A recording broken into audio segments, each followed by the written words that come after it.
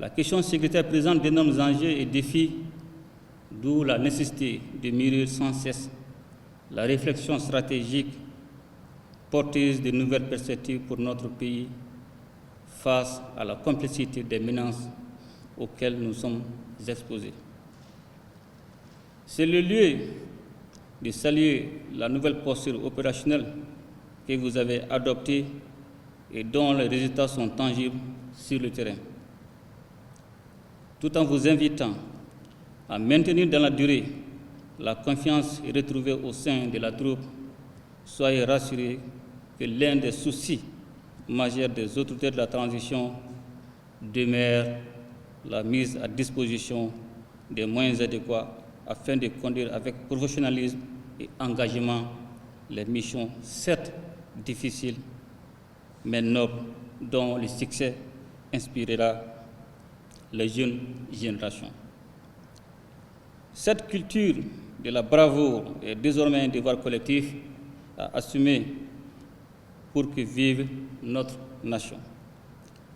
D'août 2020 à nos jours, la dynamique opérationnelle a significativement changé eu égard au renforcement et à l'équipement des forces en moyens de combat terrestres, aériens et aéromobiles.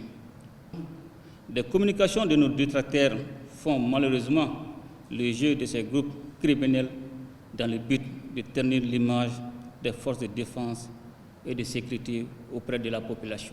Des résultats salutaires sont obtenus au quotidien, même si certains défis persistent. Cependant, les forces armées maliennes sont engagées sur tout le territoire pour la sécurisation des populations et des biens.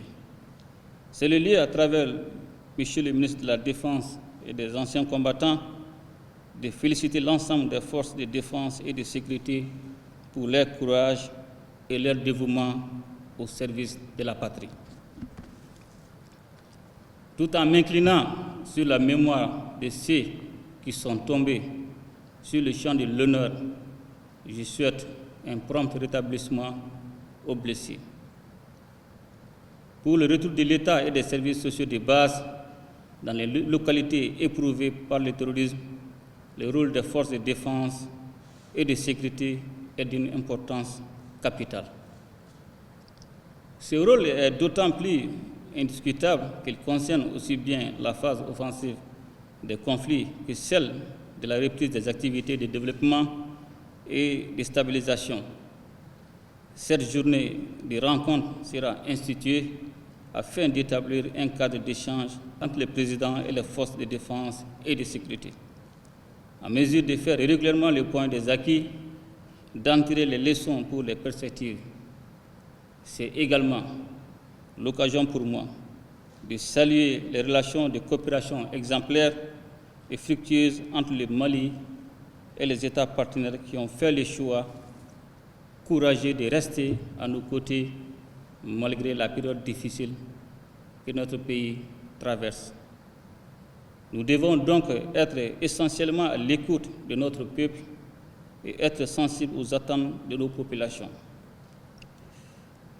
Monsieur l'inspecteur général des armées et services, Monsieur le chef-d'état-major général des armées, Mesdames et Messieurs les chefs-d'état-major et directeurs des services, dans ce contexte particulier, les responsables militaires que vous êtes doivent relayer les orientations des autorités, car l'outil de défense est un symbole de la souveraineté d'un État. Ce faisant, une meilleure compréhension des éléments de langage est indispensable pour vous. Les éléments structurants guidant la conduite de l'action gouvernementale sont et demeurent le respect de la souveraineté du Mali, le respect des choix stratégiques, la défense des intérêts vitaux du peuple malien dans les prises de décision.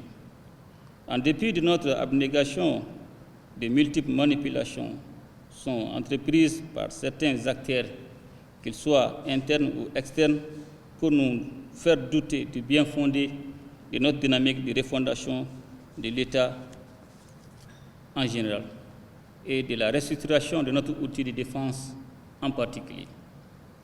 C'est pourquoi nous relevons en permanence dans les rapports et interventions des manipulations liées à la question des droits de l'homme, des actions de diabolisation de nos partenariats, sans compter les initiatives insidieuses pour éroder la confiance du peuple dans la marche de la transition.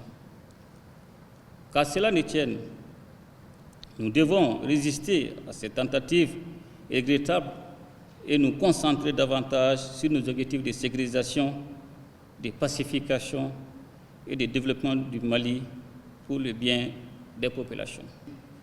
C'est en restant constant, déterminé, prévenant et alerte que nous pourrons être efficaces dans la conduite de nos actions pour atteindre les objectifs assignés.